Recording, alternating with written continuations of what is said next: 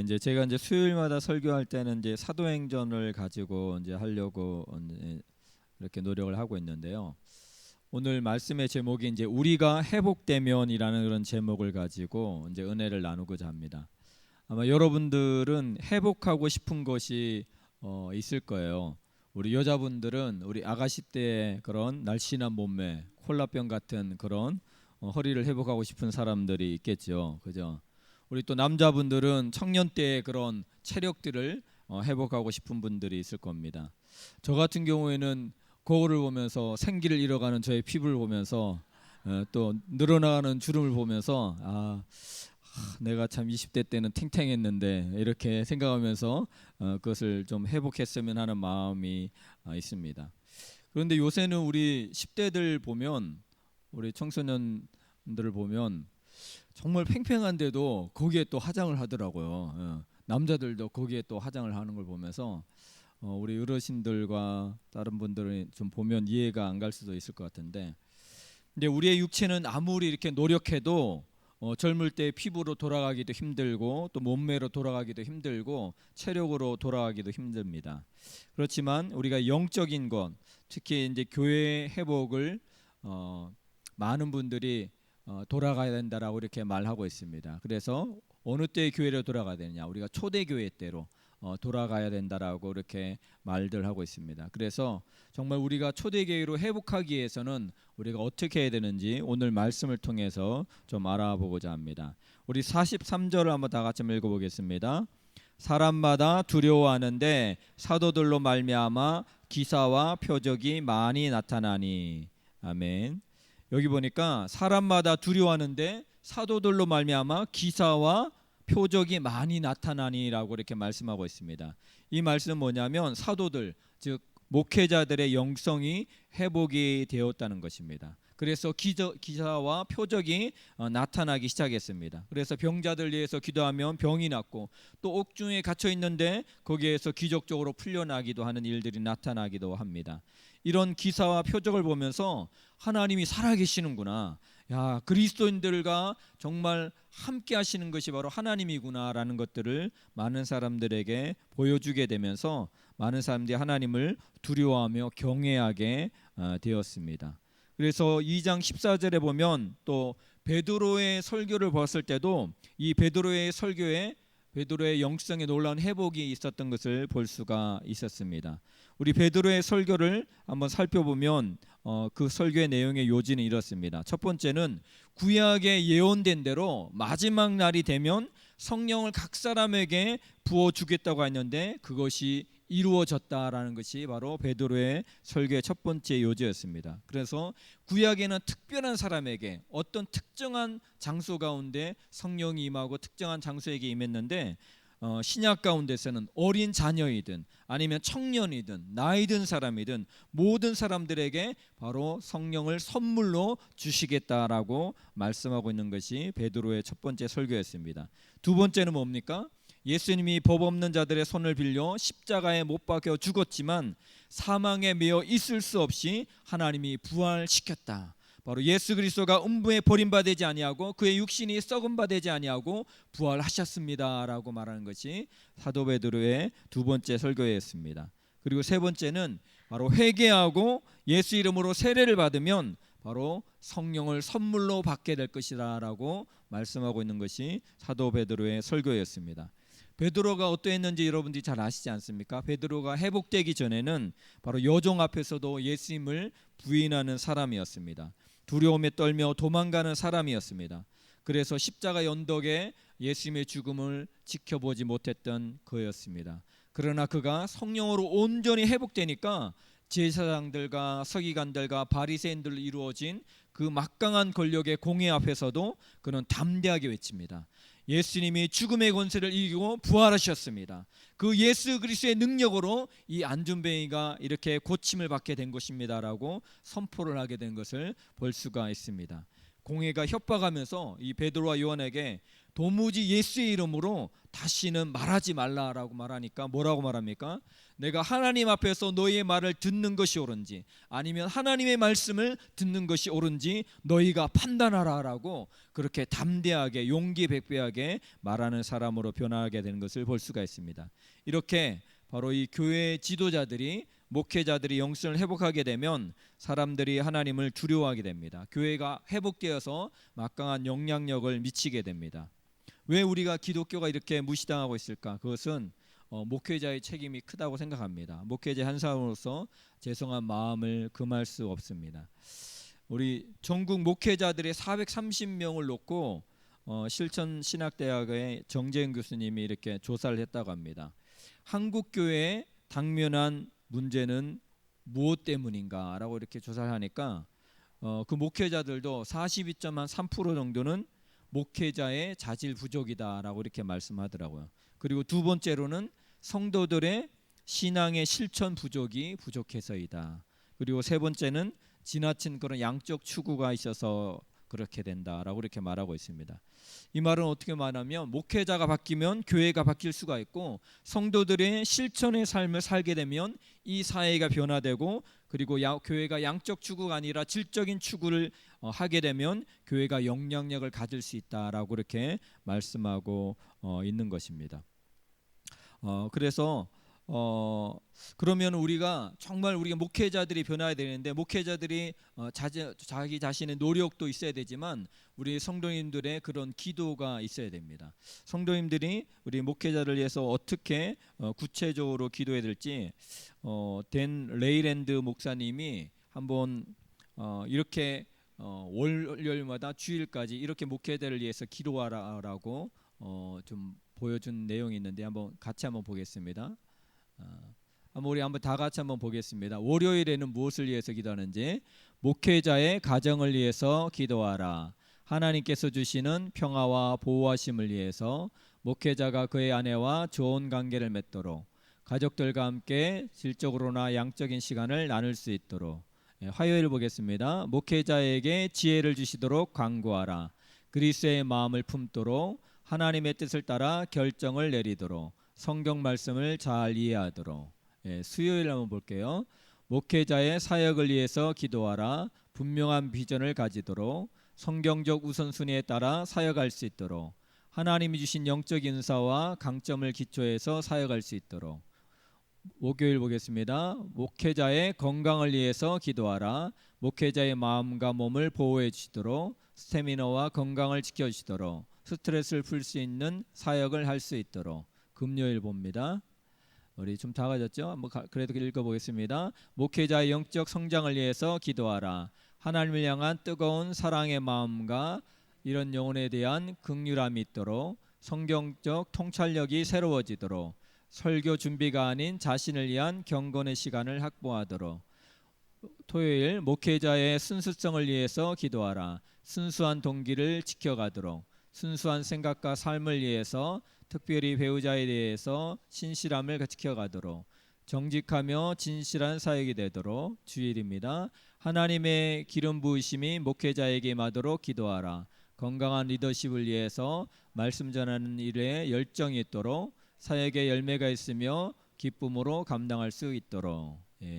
이렇게 좀 구체적으로 이제 기도할 것들을 우리 레이랜드 목사님이 말씀하고 있습니다. 그래서 여러분들이 기도할 때 좀 구체적으로 목회자들을 위해서 기도해 주셨으면 좋겠습니다. 그래서 우리의 새로 오시는 담임 목사님이 오실 때까지 또 기도해야 되고 또 오시고 나서도 이렇게 여러분들이 구체적으로 기도하게 되면 우리의 목회자가 회복되어서 우리의 교회가 회복될 수 있는 우리 기름교회가 되길 바라겠습니다. 그 다음에 우리가 두 번째로 우리 42절을 한번 다 같이 한번 읽어보겠습니다. 우리 성경 우리 가지고 계신 것 사도행전 2장 42절 한번 다 같이 읽어볼게요.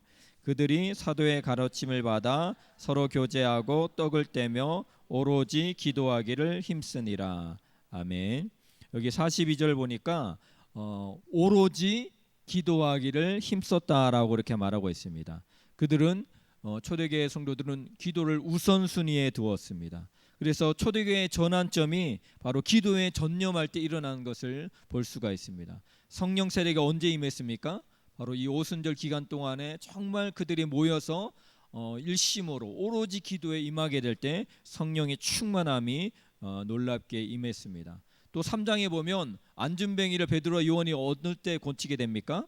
오후 3시에 정해놓은 시간에 기도하러 갈 때 그때 하나님께서 놀라운 일들을 행하시는 것들을 볼 수가 있습니다. 이렇게 우리 초대교회 성도들과 사도들은 기도를 1순위에 두었습니다. 그들의 삶이 어떻게 보면 정말 기도가 기초가 되었습니다. 우리가 초대교회로 회복되기 위해서 우리의 삶이 기도가 회복되기를 기도하기를 축원합니다. 우리가 조나단 에드워즈라는 그런 우리 유명한 목회자가 있는데 그분은 최고의 설교자로 꼽힙니다.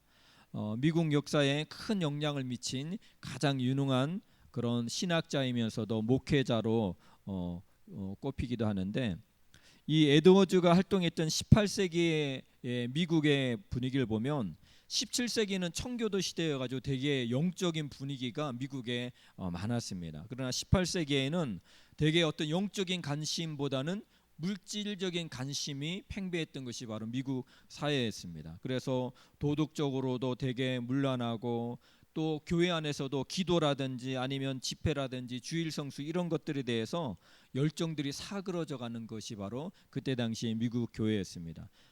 그때 그리고 또 전쟁이 인디언과의 전쟁이 벌어지면서 되게 영적인 상태가 너무나 회복 불가능의 상태였습니다. 어떻게 보면 한국 교회도 지금 그러하죠, 그죠? 기도라든지 아니면 각종 집회라든지 주일 성수라든지 영적인 분위기가 대단히 다운되어 가는 그런 분위기 가운데 있습니다. 그런데 바로 정말 한 사람의 기도를 통해서 이 영적인 대각성이 오게 되었습니다. 근데 이 에드워즈 목사님을 보면 이 전형적인 부흥사의 스타일이 아니었어요. 어떤 우렁찬 음성이나 아니면 과장전 제스처로 이렇게 설교하는 분이 아니라 이분은 설교 원고를 그대로 그냥 또박또박 읽어 나가는 그런 목사님이었어요. 그런데 그렇게 읽어 나가는데도 수많은 사람들이 회심하게 되고 그리고 이 에드워즈의 목사님의 설교를 듣기 위해서 술집이 문을 다 닫을 정도였습니다.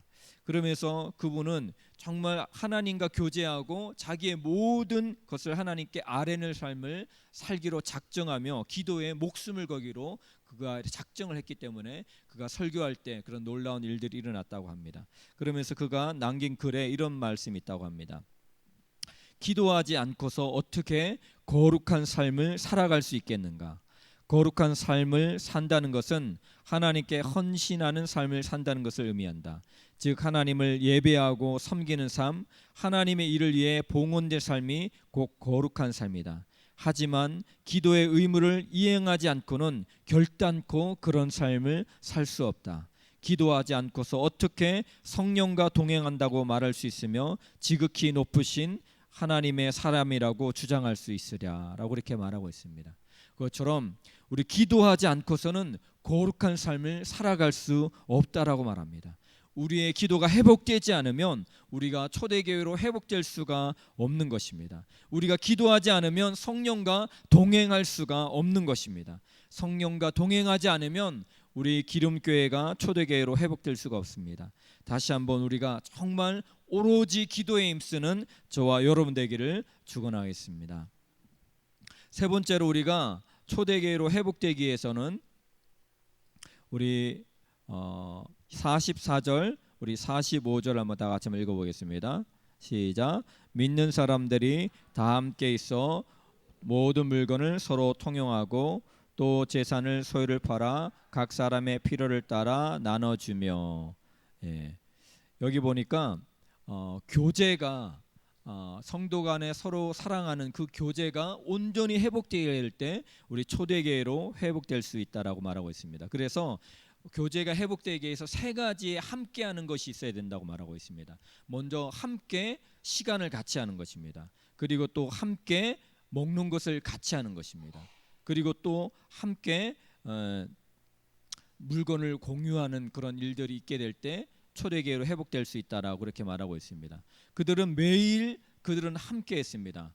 가족도 우리가 매일 보지 않습니까? 그죠? 그런데 이 우리 한국 교회 가운데 근데 이 함께 하는 시간들이 너무나 줄어들고 있는 것을 볼 수가 있습니다. 대그룹으로 모이는 어떤 주일 예배 그 한 번의 그런 모임으로 많은 성도들이 대부분 끝나고 있습니다.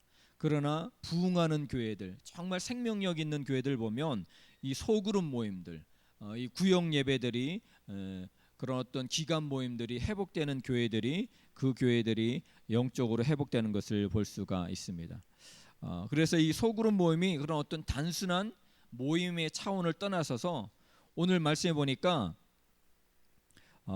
우리 46절 한번 다 같이 한번 읽어볼까요? 46절 날마다 마음을 같이하여 성전에 모이기를 쓰고 집에서 떡을 떼며 기쁨과 순전한 마음으로 음식을 먹고 예 여기에서 집에서 모이면서 이 소그룹 모임을 가지는데 이 모임 가운데 뭐가 있다고 말하고 있습니까? 기쁨이 있다라고 말하고 있습니다. 순전한 마음으로 모였다라고 음식을 먹었다라고 이렇게 말하고 있는 것을 볼 수가 있습니다.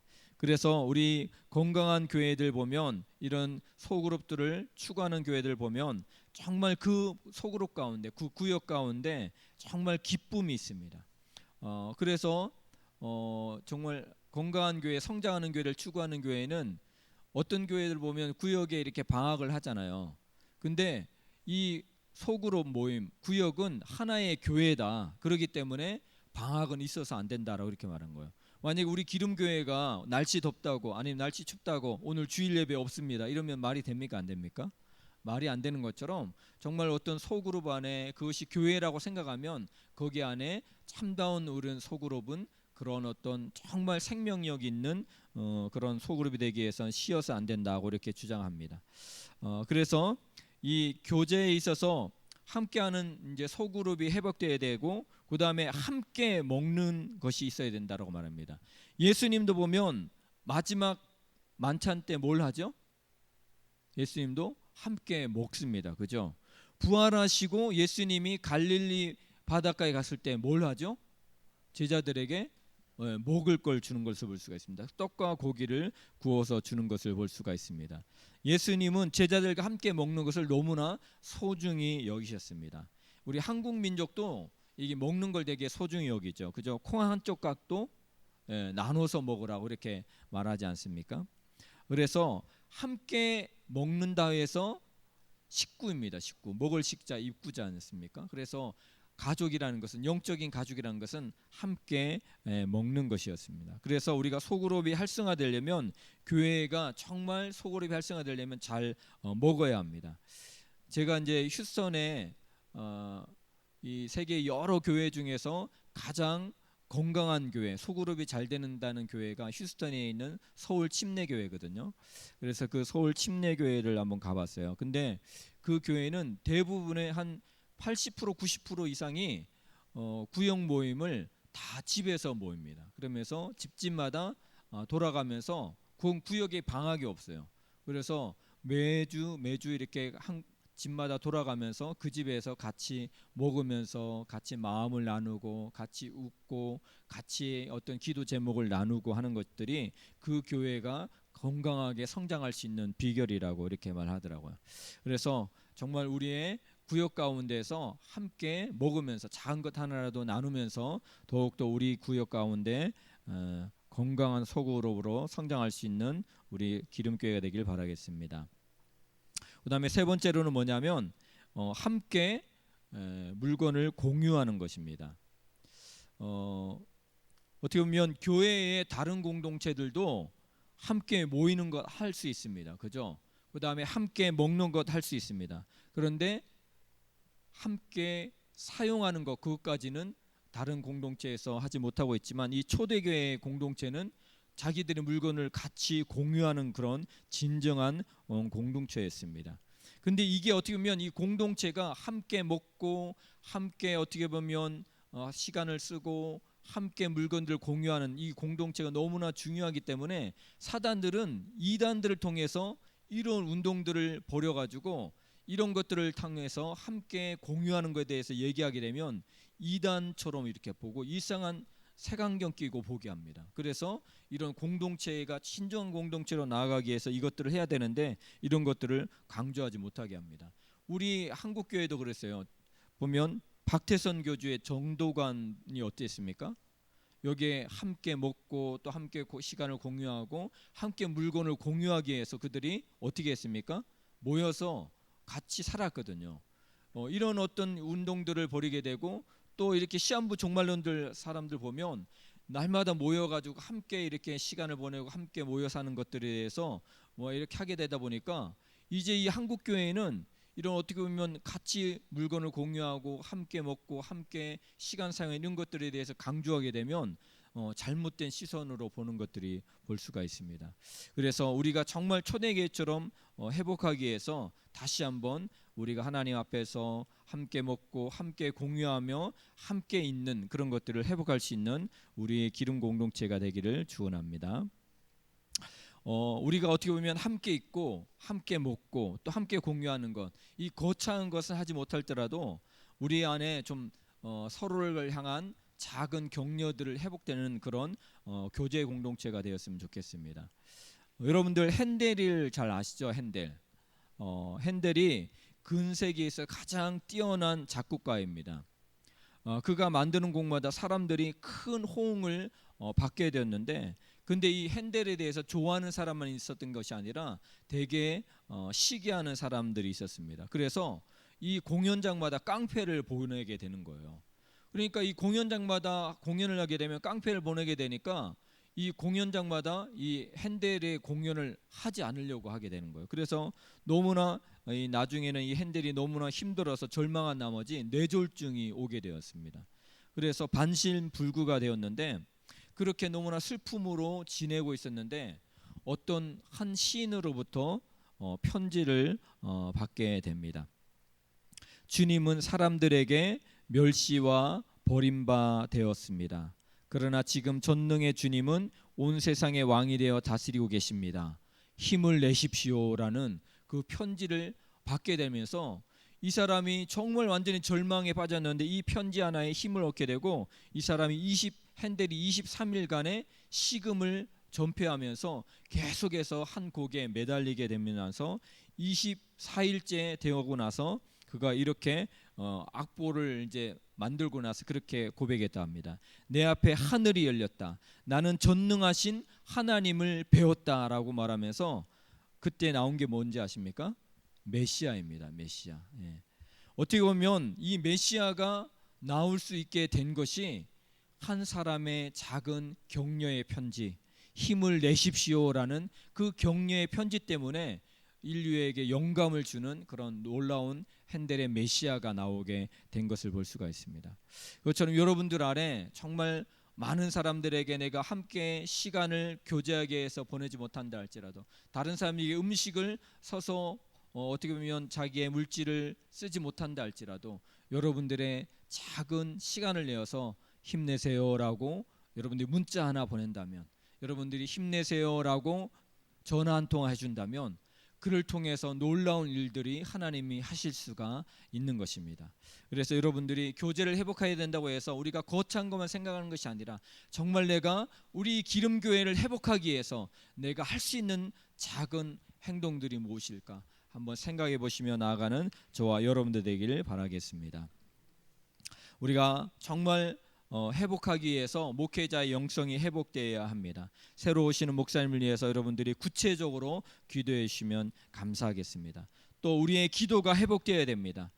알면서 우리가 잘 안 되는 것이 어떻게 보면 기도입니다. 그러나 우리가 포기할 수 없습니다. 왜입니까? 기도 외에는 다른 방도가 없기 때문입니다. 그래서 다시 한번 기도를 회복하며 나아가는 저와 여러분 되기를 바라겠습니다.